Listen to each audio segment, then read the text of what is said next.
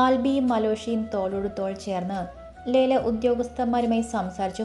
Paper വർക്കുകൾ ചെയ്ത് തീർത്ത് അപ്പോൾ കൊടുക്കേണ്ട എഗ്രിമെൻ്റ് തുക കൈമാറി. എന്നാൽ പിന്നെ ഇറങ്ങുമല്ലേ? അലോഷി ചോദിച്ചു. അതെ, പോകാം. ഉദയത്തിലേക്കല്ലേ നീ പോകുന്നത്? ആൽബി ചോദിച്ചു. നേരെ എറണാകുളത്തിനാണ്. ലോഡ് കയറ്റി വിടേണ്ട ദിവസമാണ്. ഗിരി വന്നതുകൊണ്ട് ഇപ്പോൾ കുറച്ച് ആശ്വാസമുണ്ട്. അവൻ കൃത്യമായാണ് എല്ലാ കാര്യത്തിലും. ഷാനുവും ഒപ്പമുണ്ട്. അതുകൊണ്ട് എറണാകുളത്ത് ഇപ്പം ടെൻഷനില്ല, അലോഷി പറഞ്ഞു. അലു, കാര്യം അവർ നിൻ്റെ കൂട്ടുകാരന്മാരൊക്കെ തന്നെയാണ്. ഇന്നത്തെ കാലത്ത് ആരെയും പരിധിയിൽ കവിഞ്ഞ് വിശ്വസിക്കാൻ കഴിയില്ല. ഷാനു ഓക്കെയാണ്. ഗിരി എനിക്കത്ര പിടിച്ചില്ല കേട്ടോ. നനഞ്ഞിടം കുഴിക്കുന്ന സ്വഭാവം ഉണ്ടവന്. എനിക്ക് തോന്നിയതാണ്. ശ്രദ്ധിക്കണം. കാശിൻ്റെ കാര്യത്തിലൊക്കെ നിൻ്റെ കൈ തന്നെ വേണം, ആൽബി ഓർമ്മപ്പെടുത്തി. അതൊക്കെ അത്ര തന്നെയുള്ളൂ. കണക്കും കാര്യങ്ങളുമൊക്കെ ഞാൻ തന്നെയാണ്. അതല്ലേ ഇടയ്ക്കിടയ്ക്ക് എറണാകുളത്തിന് പോകുന്നത്, അലോഷി ചിരിച്ചുകൊണ്ട് പറഞ്ഞു. രണ്ടുപേരും പുറത്തേക്കിറങ്ങി. അലോഷി കാറിൽ കയറാൻ നിൽക്കുമ്പോൾ ആൽബിയോട് പറഞ്ഞു. ആൽബിച്ച, സൂക്ഷിക്കണം കേട്ടോ. അവന്മാർക്ക് നല്ല കാലിപ്പുണ്ട്. നേരെ കണ്ട അടിയാണെങ്കിലും 3 പേരും പൊതുവായ ഒറ്റ ശത്രുവിന് വേണ്ടി ഒന്നിക്കും. അത് സംശയമില്ലാത്ത കാര്യമാണ്.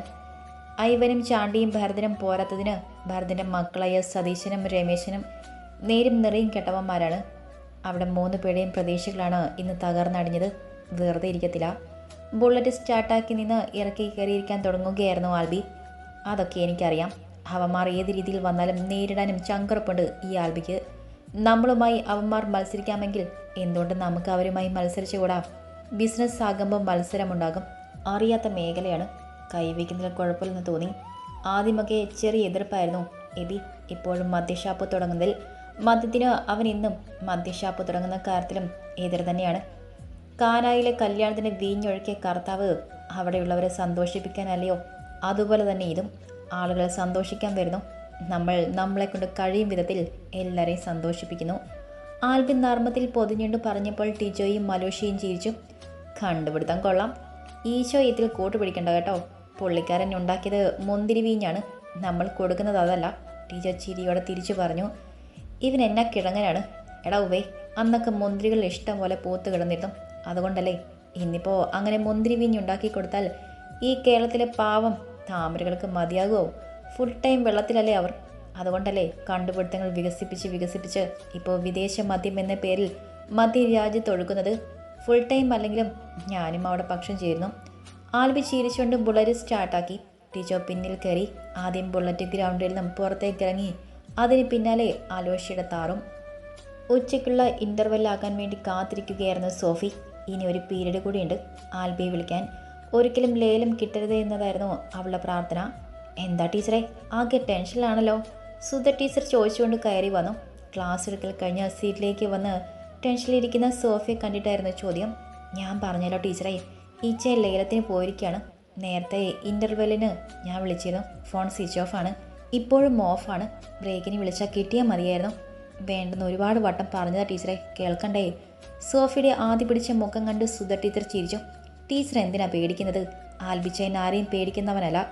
അന്ന് മാനേജറെ കണ്ട് സംസാരിച്ചത് ഇപ്പോഴും എനിക്ക് മാനേജ്മെൻറ്റിലെ അംഗമായിരുന്നിട്ടും അയാളെ അടിക്കാനോങ്ങിയ കൈയുണ്ടല്ലോ. അന്നെങ്ങാനും അയാളുടെ കർണത്ത് പതിഞ്ഞിരുന്നേൽ ഇന്ന് കഴുത്തിൽ ബെൽറ്റ് ഇട്ട് നടക്കേണ്ടി വന്നനെ അയാൾക്ക്. എന്തായാലും അതിനുശേഷം അയാളുടെ ശല്യമൊന്നും കുറഞ്ഞിട്ടുണ്ട്. പിന്നെ അവിടെ മാത്രം കുത്തകയൊന്നും അല്ലല്ലോ. ഒന്നും ഉണ്ടാവില്ല. വെറുതെ ടെൻഷൻ അടിക്കണ്ട. ഈ അവർ ക്ലാസ്സിൽ ടീച്ചർക്ക് പോയിട്ട് വാ. ബ്രേക്കിന് എന്തായാലും വിളിക്കാം. സോഫി ടീച്ചർ നോട്ട് എടുത്ത് എഴുന്നേറ്റു. ക്ലാസ്സിലേക്ക് നടക്കുമ്പോഴും അവളുടെ മനസ്സിൽ മുഴുവനും ആൽബിയെക്കുറിച്ചുള്ള ചിന്തകളായിരുന്നു. ദേഷ്യം വന്നാൽ മുന്നും പിന്നും നോക്കില്ല. അതാണ് ഇപ്പോഴും സ്വഭാവം. സോഫി ക്ലാസ്സിലെത്തി. കുട്ടികളെല്ലാം എഴുന്നേറ്റ് നിന്ന് ഗുഡ് മോർണിംഗ് പറഞ്ഞു. തിരിച്ചും പറഞ്ഞുകൊണ്ട് സോഫി തലേ ദിവസം പഠിപ്പിച്ചത് ഒന്നുകൂടി ക്ലാസ് എടുക്കാൻ തുടങ്ങി. ഉച്ചത്തെ ഇൻ്റർവെല്ലിൻ്റെ ബെൽ മുഴങ്ങി. സോഫി സ്റ്റാഫ് റൂമിലേക്ക് തിരിച്ചെത്തി. ബാഗിൽ നിന്നും ഫോൺ എടുത്ത് നോക്കി. മിസ് കോൾ ഉണ്ടോ എന്ന് നോക്കി. അവളുടെ മുഖം ചുവന്നു. വിളിക്കാൻ പറഞ്ഞിട്ട് ഒന്ന് വിളിച്ചിട്ട് പോലുമില്ല. സോഫി ഫോൺ എടുത്ത് നമ്പർ ഡയൽ ചെയ്തു. കാതോട് ചേർത്തു. ആദ്യത്തെ റിങ്ങിൽ തന്നെ ഫോൺ എടുത്തു ആൽബി. വിളിക്കാൻ പറഞ്ഞിട്ട് എടുത്തപ്പോൾ തന്നെ ചോദിച്ചു അവള്. സോറി മൊത്തേ, ഇപ്പോഴാണ് ഫോൺ ഒന്ന് നോക്കുന്നത് തന്നെ. വിളിച്ചാലും നിന്നെ കിട്ടില്ലായിരുന്നല്ലോ. ക്ലാസ് ടൈം അല്ലേ. ഞാൻ കൃത്യം 1 മണിക്ക് ഫോൺ എടുത്ത് നിന്നെ വിളിക്കാൻ തുടങ്ങുമ്പോഴാണ് നീ വിളിക്കുന്നത്. എന്താ ഒരു പൊരുത്തൊന്ന് നോക്കണേ, ആൽബി തമാശ രൂപത്തിൽ പറഞ്ഞു. എല്ലാം തമാശയാണ്. ഇവിടെ ടെൻഷൻ അടിച്ച് ഞാൻ ചത്തുപോയേനെ. അവളുടെ പരിഭവസ്വരം കേൾക്കുമ്പോൾ അവൻ്റെ ഹൃദയത്തിൽ ഒരു തണുപ്പ് പടർന്നു. ദേ പെണ്ണെ, വെറുതെ ടെൻഷൻ അടിച്ച് വല്ല അസുഖം വരുത്തി വെക്കണ്ട കേട്ടോ. ഈ ആൽബി ഇറങ്ങി പുറപ്പെട്ട ഒന്നിലും തിരിച്ച് പരാജയപ്പെട്ട് കയറേണ്ടി വന്ന അവസ്ഥ ഇതുവരെ ഉണ്ടായിട്ടില്ല. അത് നിനക്കും അറിയാവുന്നതല്ലേ. എൻ്റെ ഭാര്യയെ നീ ഇപ്പോൾ ഇരിക്കുന്നതും അതുകൊണ്ടല്ലേ. എന്തിനെങ്കിലും ആൽബി തുനിഞ്ഞിറങ്ങിയാൽ പിന്നെ അത് നേടിയെടുക്കും വരെ വല്ലാത്തൊരു ഭ്രാന്താണ്. ആ ഭ്രാന്ത് മാറാത്തത് നിന്നിൽ മാത്രമാണ്. സോഫി എന്ന എൻ്റെ പെണ്ണെന്നും എനിക്കൊരു ഭ്രാന്താണ്, പ്രണയാർദ്രമായി പറഞ്ഞു അവൻ. പിന്നെ വേറെ പണിയില്ല, തമാശകളാ. പോയ കാര്യം എന്തായി? അവരുമായി എന്തെങ്കിലും പ്രശ്നം ഉണ്ടായോ? അവരെല്ലാം വലിയ പാർട്ടിക്കാരാണ്. മമ്മി എന്നെ വിളിച്ചിരുന്നു ബസ്സിൽ വരുമ്പോൾ.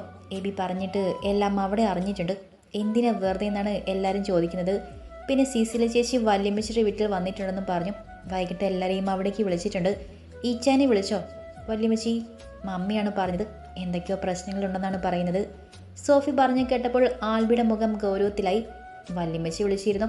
സാംകുട്ടി എന്തോ ഒരു ഏടാകൂടത്തിൽ ചെന്ന് ചാടിയിട്ടുണ്ടെന്നാണ് പറഞ്ഞത്. കാശ് ഒത്തിരി ഇറങ്ങും. സാരയുടെ വിവാഹം കഴിഞ്ഞ ശേഷം അളിയൻ ശരിക്കും പാപ്പരായി. ബിസിനസ്സും ആകെ പൊളിഞ്ഞു. നോക്കട്ടെ എന്താണ് ഉദ്ദേശിക്കുന്നത്. പൈസയായി എൻ്റെ കയ്യിലൊന്നും കൊടുക്കാനില്ലിപ്പോൾ. 4 കോടിയാണ് ലേലം ഉറപ്പിച്ചിരിക്കുന്നത്. പകുതി കൊടുത്തു. ഈ മാസം അവസാനം അടുത്ത പകുതി കൊടുക്കണം. എന്തായാലും വൈകിട്ട് പോയി നോക്കാം. നീ കഴിച്ചോ?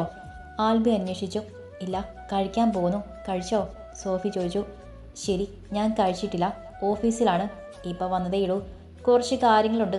വൈകിട്ട് ഞാൻ കുറച്ച് ലേറ്റ് ആകും. നീ ഒരുങ്ങിയിരുന്നോ? വന്നിട്ട് നമുക്ക് പോകാം. എബിയോട് വിളിച്ച് പറഞ്ഞിട്ടുണ്ട് മക്കളെ തറവാട്ടിലേക്ക് കൊണ്ടുപോകാൻ. മേരി ചേച്ചി വരുന്നത് വരെ സ്കൂളിൽ വിട്ടാൽ അവരെ അവിടേക്ക് കൊണ്ടുപോകാൻ പറഞ്ഞു. ആൽബി പറഞ്ഞപ്പോൾ സോഫി മൂളി. ഫോൺ വെച്ച് കൈ കഴുകി വരുമ്പോൾ നബീസ ടീച്ചറും സുധ ടീച്ചറും കഴിക്കാൻ തുടങ്ങിയിരുന്നു. ഇപ്പോഴാണ് ടീച്ചറുടെ മുഖത്ത് ഒരു ചിരി കണ്ടത്. സുധ ടീച്ചർ ചിരിച്ചുകൊണ്ട് പറഞ്ഞു, അതുപോലൊരു കെട്ടിയവനെയും കെട്ടിയോളെയും വേറെ ആരും കണ്ടിട്ടില്ലേ. 2ാം കെട്ടാണെന്ന് എല്ലാവരും പറയുന്നു. ആദ്യത്തെ കെട്ടിയവർക്ക് പോലും ഇത്രയ്ക്ക് സ്നേഹം കിട്ടുന്നില്ല. ശരിക്കും സ്നേഹം കൊണ്ട് തന്നെയാണോ അതോ ആൾക്കാരെ കാണിക്കാനാണോ എന്തോ? സോഫി നോക്കാതെ കഴിച്ചുകൊണ്ടിരുന്ന പാത്രത്തിലേക്ക് നോക്കി ബീന ടീച്ചർ പറഞ്ഞു. ആസിപ്പേരുടെ കാര്യമില്ല ടീച്ചറെ, അതിനും വേണം ഒരു യോഗം. പിന്നെ ഭർത്താവിന് സ്നേഹം കിട്ടാത്ത പലർക്കും ഓരോന്ന് തോന്നും. നബീസ ടീച്ചർ കണക്കിന് മറുപടി ആയപ്പോൾ തന്നെ കൊടുത്തു. സോഫി നബീസ ടീച്ചറെ നോക്കി വേണ്ടെന്ന് ആംഗ്യം കാണിച്ചു. കഴിക്കാൻ തോന്നിയില്ല അവൾക്ക്.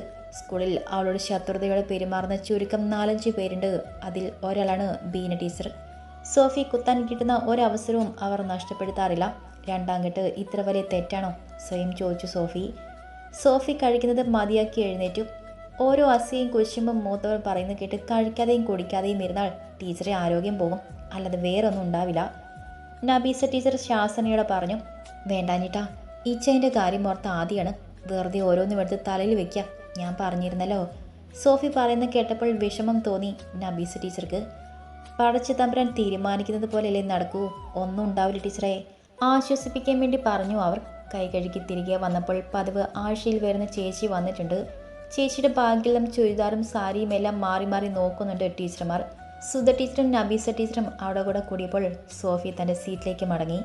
സോഫി ടീച്ചറെ, ഇടയ്ക്ക് നമ്മുടെ കയ്യിൽ നിന്നും എന്തെങ്കിലും എടുക്കണേ. എൻ്റെ മക്കളുടെ ഈ ജീവിതമാർഗമാണ്. പുതിയ മോഡൽ സാരികളൊക്കെ വന്നിട്ടുണ്ട്. യൂണിഫോമായി എല്ലാവർക്കും എടുത്തുകൂടെ? ആലിസ് ചേച്ചി പ്രതീക്ഷയുടെ സോഫിയെ നോക്കി പറഞ്ഞു. യൂണിഫോം എടുക്കുമ്പോൾ നോക്കാം ചേച്ചി, ഇപ്പം വേണ്ട. അല്ലാതെ ചേച്ചിക്ക് സഹായം വേണമെങ്കിൽ ഞാൻ ചെയ്യാം. ഒത്തിരി ഡ്രസ്സൊന്നും എടുക്കുന്ന കൂട്ടത്തിലല്ല ഞാൻ. സോഫി ചിരിച്ചുകൊണ്ട് പറഞ്ഞു. എനിക്കറിയാം ടീച്ചറെ. ആൽബി മോനെ, ടീച്ചർക്ക് ആവശ്യത്തിൽ കൂടുതൽ വാങ്ങിത്തരുമെന്നും അറിയാം. എന്നാലും ചേച്ചി വെറുതെ പറഞ്ഞതേ ഉള്ളൂ. ആലിസ് തൻ്റെ കച്ചവടത്തിലേക്ക് മടങ്ങി. കുറേ തിരച്ചിൽ നടത്തി ഓരോരുത്തരും പിൻവാങ്ങി. ക്ലാസ് തുടങ്ങുന്നതിനുള്ള ബെല്ലടിച്ചു. സോഫി ക്ലാസ് റൂമിലേക്ക് നടന്നു. ഉച്ചയ്ക്ക് ശേഷം 2 പീരീഡാണ് അവൾക്ക്. ക്ലാസ് ലാസ്റ്റ് പീരീഡ് ഉണ്ടാകാറില്ല. അതുകൊണ്ട് പിറ്റേ ദിവസത്തേക്ക് എടുക്കാനുള്ള നോട്ട് എഴുതി വയ്ക്കും. സ്റ്റാഫ് റൂമിൽ ആരുമില്ല. പെട്ടെന്നാണ് ജോബി കയറി വന്നത്. ആൽബി പേടിപ്പിച്ചിട്ട് വിട്ടതിൽ പിന്നെ ജോബി സോഫി തിരക്കി വന്നിട്ടില്ല. മുന്നിൽ അവനെ കണ്ടപ്പോൾ സോഫി എന്നും ഭയന്നു. അവൾക്ക് മുന്നിൽ മറ്റൊരു കസേര വലിച്ചിട്ട് അവനായിരുന്നു. ഒന്നും മിണ്ടാതെ അവളെ തന്നെ നോക്കിക്കൊണ്ട്. അവൻ്റെ നോട്ടം ശരീരം മുഴുവനും കൊത്തിപ്പറിക്കുന്നത് പോലെ തോന്നി അവൾക്ക്. എന്താ ധൈര്യം സംഭരിച്ച് ചോദിച്ചു അവൾ. അപ്പോഴും മറുപടിയില്ല. ചെറിയ പേടി തോന്നി അവൾക്ക്. നെറ്റിൽ വിയർപ്പ് തുള്ളികൾ സ്ഥാനം പിടിച്ചു. അവളുടെ കണ്ണുകൾ ഭയത്തോടെ ചുറ്റും നോക്കി. സോഫി എന്തിനാ പേടിക്കുന്നത്? ഞാൻ തന്നോടൊന്നും പറഞ്ഞിട്ടുമില്ല, ഒന്നും ചെയ്തിട്ടുമില്ല. സത്യം പറയാലോ, തൻ്റെ ഈ നിഷ്കളങ്കമായ മുഖമുണ്ടല്ലോ, ദാ എൻ്റെ നെഞ്ചിലാണ് ഇടം പിടിച്ചത്. എന്താണെന്നറിയില്ല, മറ്റൊരു പെണ്ണുങ്ങളോടും തോന്നാത്തൊരിഷ്ടം അത് തോന്നിപ്പോകുവാണ്. എനിക്ക് തന്നെ അറിയില്ല. വിവാഹിതയാണെന്നും 2 കുഞ്ഞുങ്ങളുടെ അമ്മയാണെന്നൊക്കെ അറിയാമായിരുന്നിട്ടും എന്താണെന്ന് അറിയില്ലടോ. വല്ലാത്തൊരു ഭാവത്തോടെ തന്നെ മുന്നിലിരുന്ന് പറയുന്ന അവനോട് ദേഷ്യം തോന്നി അവൾക്ക്. തനിക്ക് വേറെ എന്തെങ്കിലും പറയാനുണ്ടോ?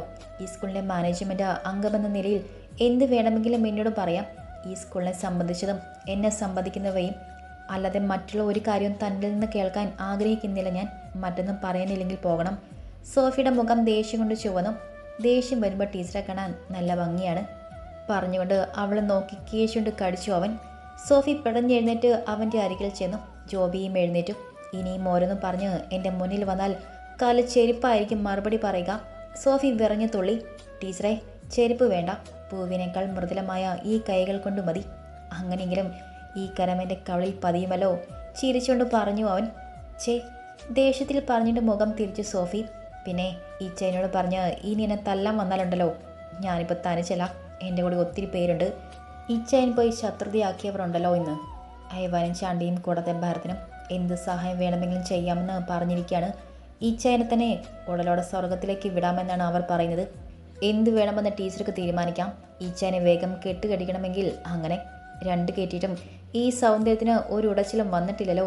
മൂന്നാമത് കെട്ടാനൊന്നും പറയുന്നില്ല ഞാൻ. എന്നെ കൂടി ഇന്ന് പരിഗണിച്ചാൽ മാത്രം മതി. പൊന്നുപോലെ നോക്കിക്കൊള്ളാം ഞാൻ. സമ്മതം പറഞ്ഞാൽ മാത്രം മതി. പറഞ്ഞു തീർന്നില്ല. സോഫിയുടെ വലത് കൈ അവൻ്റെ ഇടത് കവളിൽ പതിഞ്ഞു. കണ്ണുകളിൽ നിന്നും അഗ്നി പാറി അവളുടെ. ഇനി നിന്റെ നാവ് ഇതുപോലെ എന്നോട് സംസാരിച്ചാൽ നിന്റെ കഴുത്തിന് മുകളിൽ ഈ തല വെച്ചേക്കില്ല എൻ്റെ ഈ ചേൻ. പിന്നെ നീ പറഞ്ഞ നിന്റെ കൂട്ടാളികളുണ്ടല്ലോ, അവർ ഒന്നിച്ചു വന്നാലും നേരിടാൻ ചങ്കുറപ്പുള്ളവൻ തന്നെയാണ് എൻ്റെ കഴുത്തിൽ കിടക്കുന്ന ഈ മിന്നിൻ്റെ അവകാശി. ഇനി അഥവാ എൻ്റെ ഈ ചേൻ തോറ്റുപോയാലും നിന്റെ ആഗ്രഹം നടക്കില്ല. നടക്കണമെങ്കിൽ ഈ ചങ്കിലെ ശ്വാസം ഇല്ലാതാവണം. ഇറങ്ങിപ്പോടാ നാണം കെട്ടവനെ. സോഫി പറയുന്നത് കേട്ട് ജോബി ഒരടി പിന്നോക്കം മാറി. അവളുടെ ഭാവം കണ്ട് ഇനിയും അവിടെ നിന്നാൽ ശരിയാവില്ല എന്ന് കണ്ട് വേഗത്തിൽ ഇറങ്ങിപ്പോയി. അവൻ്റെ കൈ അടികൊണ്ട് കവളിൽ തലോടിക്കൊണ്ട്. സോഫി കസ്തറിയിൽ തളർന്നിരുന്നു. സൗന്ദര്യ ശാപമാണെന്ന് കേട്ടിട്ടുണ്ട്. തൻ്റെ കാര്യത്തിൽ അത് തെളിഞ്ഞുകൊണ്ടിരിക്കുകയാണ്. കർത്താവേ, ഈ ചേൻ ആപത്തൊന്നും വരുത്തരുതേ. ജീവിക്കാൻ തുടങ്ങിയിട്ടേയുള്ളൂ ഞങ്ങൾ. ഇനിയും പരീക്ഷിക്കരുതേ. സ്കൂൾ വിടുന്നതിന് തൊട്ടു മുമ്പുള്ള ജനഗണമനയ്ക്കുള്ള ബെൽ മുടങ്ങി. സോഫി മുഖം അമർത്തി തുടച്ചുകൊണ്ട് എഴുന്നേറ്റ് നിന്നു. ബെൽ മുടങ്ങിയതോടെ കൂട്ടത്തോടെ കുട്ടികൾ കലവിലെ കൂട്ടി ക്ലാസ് റൂമിൽ നിന്നും ഇറങ്ങി വരുന്ന ആരവം കേട്ടു. സോഫി ബാഗ് എടുത്തു. അപ്പോഴേക്കും സുധ ടീച്ചറും നബീസ ടീച്ചറും വന്നു. അവരും ബാഗ് എടുത്ത് അവളോടൊപ്പം ബസ് സ്റ്റോപ്പിലേക്ക് നടന്നു. ബസ് സ്റ്റോപ്പിൽ തൻ്റെ ബുള്ളറ്റിൽ ചാരി തന്നെ നോക്കി മാറിൽ കൈ പിണച്ച് കെട്ടി നിൽക്കുന്ന ആൽബിയെ കണ്ടപ്പോൾ ഓടിച്ചെന്നവനെ കെട്ടിപ്പിടിക്കാൻ തോന്നി അവൾക്ക്. അവളെ കണ്ടപ്പോൾ അവൻ്റെ മുഖത്ത് പുഞ്ചിരി വിരിഞ്ഞു. എന്തുകൊണ്ടോ അവളുടെ മിഴികൾ നിറയുകയാണ് ചെയ്തത്. ആഹാ, ആൽബി നിൽക്കുന്നുണ്ട്, വേഗം ചെല്ലു ടീച്ചറെ. നബീസ ടീച്ചർ കളിയാക്കി ചിരിച്ചുകൊണ്ട് പറഞ്ഞു. സോഫി തൻ്റെ മുഖത്തെ കള്ളം അവൻ കണ്ടുപിടിക്കാതിരിക്കാൻ തല താഴ്ത്തി പിടിച്ചുകൊണ്ട് അവൻ്റെ അടുത്തേക്ക് നടന്നു. പ്രതീക്ഷിക്കാതെ എന്നെ കണ്ടപ്പോഴുള്ള സന്തോഷമൊന്നും മുഖത്ത് കാണുന്നില്ലല്ലോ പെണ്ണേ. അവളെ നോക്കി ചോദിച്ചു ആൽബി. ആരെങ്കിലും ശ്രദ്ധിക്കും, പോകാം പറഞ്ഞുകൊണ്ട് അവന് മുഖം കൊടുക്കാതെ ബുള്ളറ്റിൽ കയറിയിരിക്കാനായി നിന്നു സോഫി. ആൽബി അവളെ നിന്ന് നോക്കിക്കൊണ്ട് ബുള്ളറ്റ് സ്റ്റാർട്ടാക്കി. ആൽബി കണ്ണാടിയിൽ കൂടി നോക്കി. സോഫിയുടെ മുഖത്തിന് വലതുവശം കാണുന്നുണ്ട്. കാതിൽ കിടക്കുന്ന വെള്ളമൊട്ട് പോലുള്ള പേളിൻ്റെ കമ്മൽ മുടി മറിച്ച് പിടിക്കുന്നു. അവളുടെ മാറിയ ശ്വാസഗതി പോലും തിരിച്ചറിയാൻ കഴിയുന്ന ആൽബി അവൻ്റെ വയറിന് മീതെ കൂടി ചുറ്റിപ്പിടിച്ചിരിക്കുന്ന സോഫിയുടെ വലതുകാരം തൻ്റെ ഇടതുകാരം കൊണ്ട് പിടിച്ചമർത്തി. സോഫി ജോബി പറഞ്ഞ വാക്കുകൾ ഓർത്തെടുക്കാൻ ശ്രമിക്കുകയായിരുന്നു. ഈ സമയം തൻ്റെ സമാധാനം ഇന്നത്തോടെ നഷ്ടപ്പെട്ടു പോയിരിക്കുന്നു. അവൻ പറഞ്ഞതുപോലെ അവരെല്ലാവരും കൂടി തൻ്റെ ഈച്ചേനെ മാതാവേ ആലോചിക്കാൻ പോലും വയ്യ. എന്താ സോഫി, നിനക്കൊരു മാറ്റം? ഒന്നും മിണ്ടാതിരിക്കുന്നത് എന്താ? ഇന്നും ആ പെണ്ണുമ്പിള്ള നിന്റെ മെക്കിട്ട് കയറാൻ വന്നോ? ആൽബി ചോദിച്ചു കേട്ട് സോഫി അവൻ്റെ തോളിൽ മുഖം അമർത്തി. ഒരു തലവേദന ഉച്ചയ്ക്ക് തുടങ്ങിയതാ, പെട്ടെന്ന് പറഞ്ഞു അവള്. ആൽബി ഒന്ന് തിരിഞ്ഞ് അവളുടെ നെറ്റിയിൽ അവനെ നെറ്റി മുട്ടിച്ചു. ഇപ്പോൾ ഈ തലവേദനയ്ക്ക് കാരണം അവരാണോ? വീണ്ടും ഗൗരവത്തിൽ ചോദിച്ചു അവൻ. സത്യം പറഞ്ഞാൽ ജോബിയുമായി വഴക്കിന് പോകും ഇച്ചായൻ. പോയ പിന്നെ അവൻ പറഞ്ഞതുപോലെ ചാണ്ടിയും മൈവാനും ഭരതനും അവൻ്റെ കൂടെ കൂടി. വേണ്ട, ഇച്ചായൻ എന്തെങ്കിലും പറ്റിയാൽ പിന്നെ ആലോചിക്കാൻ പോലും വയ്യ. ഒന്നും ഉണ്ടായില്ല. ഇതിപ്പോൾ മമ്മി പറഞ്ഞപ്പോൾ സിസിൽ ചേച്ചിയെക്കുറിച്ച് ചിന്തിച്ചു പോയി. ചിലപ്പോൾ അതായിരിക്കും. സാറി ലച്ച പറഞ്ഞുകൊണ്ട് അവൻ്റെ വയറിൽ പിടിച്ചിരുന്ന കൈ ഒന്നുകൂടെ അമർത്തി പിടിച്ചോള്. നീ വെറുതെ ഓരോന്ന് മലച്ച അസുഖം വരുത്തി വെക്കരുത്. അന്ന് രാത്രി തലവേദന സഹിക്കാതെ ഹോസ്പിറ്റലിൽ പോയപ്പോൾ ഡോക്ടർ പറഞ്ഞത് ഓർമ്മയുണ്ടോ? ആവശ്യമില്ലാതെ ടെൻഷൻ അടിക്കരുതെന്ന്. എന്നെയോ മക്കളെയോ ഓർത്തിട്ടാണ് നിനക്ക് അസുഖം വരുന്നതെങ്കിൽ പറയാൻ കാരണമുണ്ട്. അന്ന് തലവേദന വന്ന കാരണം കേട്ടിട്ട് എനിക്കിപ്പോൾ ചിരിയാണ് വരുന്നത്. അനാഥക്കുട്ടി ഐസ്ക്രീം വണ്ടി നോക്കി നിൽക്കുന്ന കണ്ടുവെന്ന്. ആ കുട്ടിക്ക് അച്ഛനും അമ്മയും ഉണ്ടായിരുന്നെങ്കിൽ ആ അവസ്ഥ വരുമായിരുന്നോ എന്ന്. സോഫി ആ കുട്ടിയെ കണ്ടുപിടിച്ച പിറ്റേ ദിവസം തന്നെ അവന് വേണ്ട സാധനങ്ങൾ വാങ്ങിക്കൊടുത്ത് നമ്മുടെ മദർ നടത്തുന്ന അനാഥാലയത്തിൽ ആക്കി കൊടുക്കുകയും ചെയ്തു. ഓരോരുത്തർക്കും ഓരോ പ്രശ്നങ്ങളുണ്ട്. നമുക്ക് പറ്റുന്നതുപോലെ സഹായിക്കാം. അല്ലാതെ എല്ലാവരുടെയും പ്രശ്നങ്ങൾ ഏറ്റെടുത്ത് പരിഹാരം കാണാൻ നമുക്ക് കഴിയില്ല. അത് മനസ്സിലാക്കണം നീ ആദ്യം. ആൽബി അവളെ ആശ്വസിപ്പിച്ചുകൊണ്ട് പറഞ്ഞു. സിസിലി ചേച്ചിക്ക് ഇതുപോലത്തെ ഒരു അവസ്ഥ വരുമെന്ന് സ്വപ്നത്തിൽ പോലും കരുതിയില്ല. സോഫി വീണ്ടും പറഞ്ഞു. മക്കളുണ്ടായാൽ പോലെ സോഫി, നന്നാവനും വേണം യോഗം. അളിയൻ അധ്വാനിച്ച പണമല്ല അവർ ചിലവാക്കിയിരുന്നത്. അളിയൻ്റെ അപ്പച്ചനും അമ്മച്ചയും കഷ്ടപ്പെട്ട് സമ്പാദിച്ച ഭൂമിയും വസ്തുക്കളും വിറ്റ് കളിച്ചും അളിയനും മകനും. അളിയനെ കുറ്റം പറയല, ബിസിനസ് മുന്നോട്ട് കൊണ്ടുപോകാൻ കഴിയാത്ത വിധം ഒരുങ്ങി. കാരണം സാം തന്നെ അവനെ ദൂർത്ത് കൂട്ടുകെട്ടും. ആദ്യം തന്നെ വിലക്കി നേർവഴിക്ക് കൊണ്ടുവരാൻ കഴിയണമായിരുന്നു. മയക്കുമരുന്നും പറയാൻ കൊള്ളാത്ത വിഷയങ്ങളും. ആദ്യ കേസിൽ അകത്ത് പോയപ്പോൾ അളിയൻ അത്യാവശ്യം പണം വാരിയെറിഞ്ഞ് പുറത്തു കൊണ്ടുവരാൻ ഒന്നല്ല രണ്ടല്ല എത്ര പ്രാവശ്യം അവനെ നർക്കോട്ടിക്സ് പിടിച്ചു. എന്നിട്ടും പഠിച്ചോ? പിന്നെയും ഉപദേശിക്കാൻ നമ്മളും പോയി. എന്നിട്ടും അവൻ അന്നൊക്കെ ജാമ്യം കിട്ടി. ഇതിപ്പോൾ ഒരു പെൺകുട്ടിയെ കൂട്ടം ചേർന്ന് നാണം കെട്ടവൻ. കുടുംബത്തിൻ്റെ അന്തസ്സ് കളയാൻ. ദേഷ്യം കൊണ്ട് ചുവന്നു ആൽബി. എല്ലാം അറിയാം, എന്നാലും ചേച്ചിയുടെ കരച്ചിൽ കേട്ടിട്ട് പറ്റുന്നില്ല. സോഫി പറഞ്ഞു. എന്തായാലും പോയി നോക്കാം. ഇനി എന്താ അവിടെ ഉദ്ദേശമെന്നറിയാലോ? ഫരവിൻ്റെ ഉദ്ദേശം എനിക്ക് മനസ്സിലായി. ഇപ്പം പറയുന്നില്ല, ചെല്ലുമ്പോൾ അറിഞ്ഞാൽ മതി നീ. അല്ല, നിനക്ക് വൈകി വരണ്ട. ഇനി അവിടുത്തെ സംഭാഷണം കേട്ട് നിനക്ക് വയ്യാതെ ആവണ്ട. ആൽബി പറഞ്ഞപ്പോൾ സോഫി വിലക്കി. അത് വേണ്ട, വിളിച്ചിട്ട് ചെന്നില്ലെങ്കിൽ അവർക്ക് എന്ത് തോന്നും? മനപ്പുറം ഒഴിഞ്ഞു മാറിയതാണ് എന്ന് തോന്നും. മാത്രമല്ല മക്കൾ അവിടെയാണല്ലോ, നേരെ അവിടേക്ക് പോകാം. സോഫി പറഞ്ഞപ്പോൾ മോളി ആൽബി. എന്തായാലും തലവേദനയല്ലേ, ഒരു ചായ കുടിച്ചു പോകാം. നായരേട്ടൻ്റെ ഹോട്ടലിൽ മുന്നിൽ വണ്ടി നിർത്തി ആൽബി. രണ്ടുപേരും ഇറങ്ങി. ആരേ ഇത്? ആൽബി മോനോ? വരും മോനെ. സോഫി ടീച്ചർ ഉണ്ടല്ലോ. നായരേട്ടൻ കൗണ്ടറിൽ നിന്ന് എഴുന്നേറ്റ് കൊണ്ട് ചോദിച്ചു. അല്ല, മോഹൻ എവിടെ? ആൽബി ചിരിച്ചുകൊണ്ട് ചോദിച്ചു. മോഹൻ മറ്റേ ഹോട്ടലാണ്. ഇവിടെ ഇപ്പോൾ വലിയ തിരക്കില്ല. ഞാനും അവളും കൂടി ഇത് നോക്കും. അവനും ഭാര്യയും അവിടെയും. നായരേട്ടൻ പറഞ്ഞു കേട്ടപ്പോൾ ആൽബി ചിരിച്ചുകൊണ്ട് പറഞ്ഞു. അത് നന്നായി. 2 ഹോട്ടലായാലോ ഇപ്പോൾ. ഇനിയും ഉയരങ്ങൾ കീഴടക്കാൻ കഴിയട്ടെ. കുറേ കാലം അനുഭവിച്ചതല്ലേ പാവം മോഹൻ. കൈ കഴുകി ആൽബി. പിന്നാലെ സോഫിയും. സജി 2 മസാല 2 ചായ പറഞ്ഞുകൊണ്ട് ആൽബി കസാരയിലിരുന്നു. എതിരെ സോഫിയും. കടയിലധികം ആളുകളില്ല. നായരേട്ടൻ പോയി ചേച്ചി വിളിച്ചുകൊണ്ട് വന്നു. കുറേ നാളായി കണ്ടിട്ട്.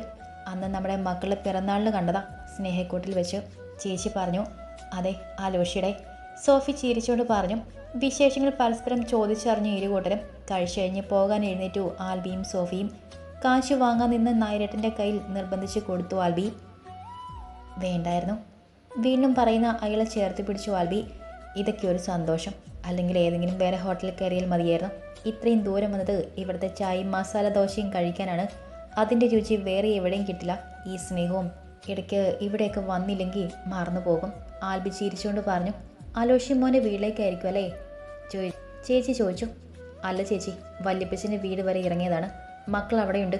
ഏതായാലും ഇവിടെ വന്ന് കയറിയേച്ചും പോകാൻ വേണ്ടി വന്നതാ പറഞ്ഞുകൊണ്ട് ആൽബി ഇറങ്ങി. പിന്നാലെ സോഫിയും. ആൽബി വണ്ടി സ്റ്റാർട്ടാക്കി. സോഫി അവൻ്റെ പിന്നിൽ കയറിയിരുന്നു. നോക്കി നിൽക്കുന്ന ചേട്ടനെയും ചേച്ചിയും നോക്കി ചിരിച്ചുകൊണ്ട് വണ്ടി സ്റ്റാർട്ടാക്കി ആൽബി. ചെത്തിമറ്റമെന്ന് പേരെഴുതി വെച്ച വലിയ ഗേറ്റിന് മുന്നിൽ വണ്ടി നിർത്തി ആൽബി. സോഫി ഇറങ്ങി ഗേറ്റ് തുറന്നു. ആൽബി വണ്ടി ഓടിച്ച കയറ്റി. സോഫി ഗേറ്റ് അടിച്ച് നടന്നു. ജോക്കുട്ടനും മാനൂട്ടനും ഇവമോളും കാട്ടിൽ നിന്ന് കളിക്കുന്നുണ്ട്. അവരെ കണ്ടപ്പോൾ 3 പേരും ഓടി വന്നു. അകത്തുനിന്ന് മോളെ ഒക്കത്തിരുതി മരിയ അവരെ നോക്കി പുഞ്ചിരിച്ചുകൊണ്ട് ഇറങ്ങി വന്നു. എടി കുഞ്ഞുപെണേ, നീ മറന്നു എന്നെ? അവരെ കണ്ടപ്പോൾ മരിയുടെ നെഞ്ചിലേക്ക് തലവെച്ച് കിടന്ന കുഞ്ഞ്. ജോക്കുട്ടന് താഴെയാണ് മോൾ. ഇപ്പോൾ 6 മാസം. ജോവാന മരിയ എബി എന്ന മിന്നു. പേപ്പൻ്റെ മിന്നൂട്ടിങ്ങ് വാ. ആൽബി കൈ നീട്ടിയപ്പോൾ കുഞ്ഞിപ്പിണി ചിരിച്ചുകൊണ്ട് അവൻ്റെ കയ്യിലേക്ക് ചാഞ്ഞു. അമ്പടിക്ക് ഏമി, നിനക്ക് പാപ്പനെ അറിയാം, നേമി അറിയില്ല അല്ലേ? സോഫി മോളിലെ കുഞ്ഞിക്കവളിൽ പിടിച്ചുകൊണ്ട് ചോദിച്ചു. അമ്മേ, മിന്നൂട്ടി എൻ്റെ യൂണിഫോമിൽ ചീമുള്ളി. ഇവ മോൾ പരാതി പറഞ്ഞുകൊണ്ടെത്തി. സാറില്ല, കുഞ്ഞാവയല്ലേ, മോൾ പോയി കളിച്ചോ. ആൽബി മിന്നുമോളെ എടുത്തുകൊണ്ട് നടന്നു കഴിഞ്ഞിരുന്നു. എല്ലാവരും എത്തിയിട്ടുണ്ട്. സിസിലി ചേച്ചി രണ്ടും കൽപ്പിച്ചാണെന്ന് തോന്നുന്നു. ചേച്ചിയുടെ അവകാശം വേണമെന്നാണ് പറയുന്നത്. മരിയ അടക്കത്തിൽ സോഫിയോട് പറഞ്ഞു. സോഫി പാകപ്പോടെ മരിയെ നോക്കി.